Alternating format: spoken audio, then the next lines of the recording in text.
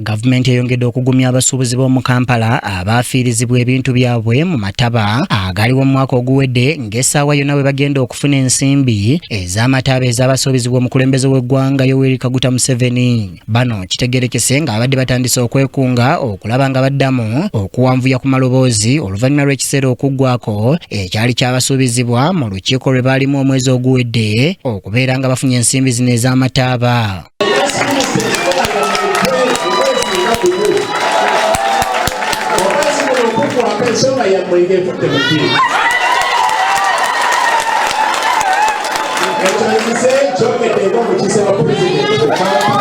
Omubaka w'omukulembeze w'eggwanga mu Kampala Haji Lule Mawuya ategeezezza nti enteekateeka y'okuwa abasuubuzi abo amataba gaabwe oba ensimbi ez'okubakubagiza eri mu jjiya nnene oluvannyuma lw'enkaala z'amannya ag'abaakosebwa okutereezebwa era nga zino agamba nti ze zibadde zivuddeko ennyo obuzibu.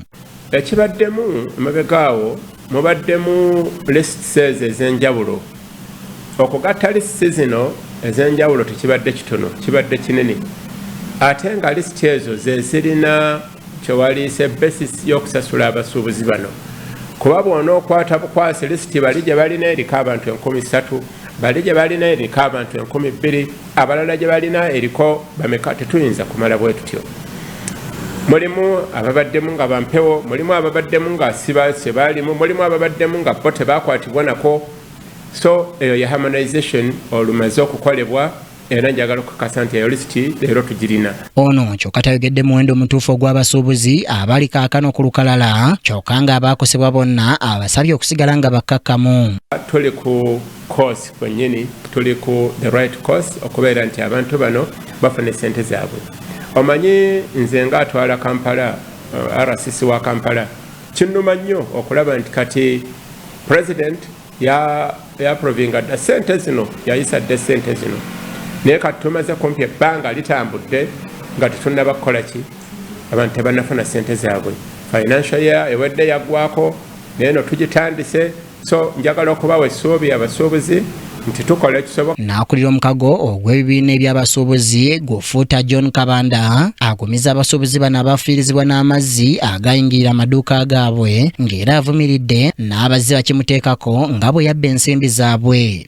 Abasuubuzi mbasaba essaawa yonna ng'abakulembeze b'abasuubuzi mu ggwanga tugenda kubayo ne statement, official statement ku nsonga z'essente zammwe. Kati temuvuma, temundiisa ssente siziryangako, musigale nga mukyali patient. Come essaawa yonna nze nja kubayo ne statement egy'okubalaga nti ssente zammwe siziryangako, nange neetabe mu lutabaalo tugende tuzinunule. Mwebale nnyo, mwebale. Ono asiinyiza ku muwendo ogw'abasuubuzi be baateeka ku lukalala lwa Futa. Njagala mubeere kiriya era obadde nfuna essimu nnyingi nnyo okuva mu iso wawawa.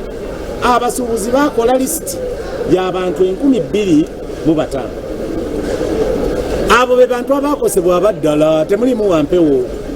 Era tewaba omuntu yenna akulimba mbusimanya twakubya essimu nga mulimu ow'e Masaka, oyo akugambye nti w'e Masaka aba yagwa nga yaddayo. Naye abasuubuzi abali mu lisiti bonna be twateekamu baali batuufu.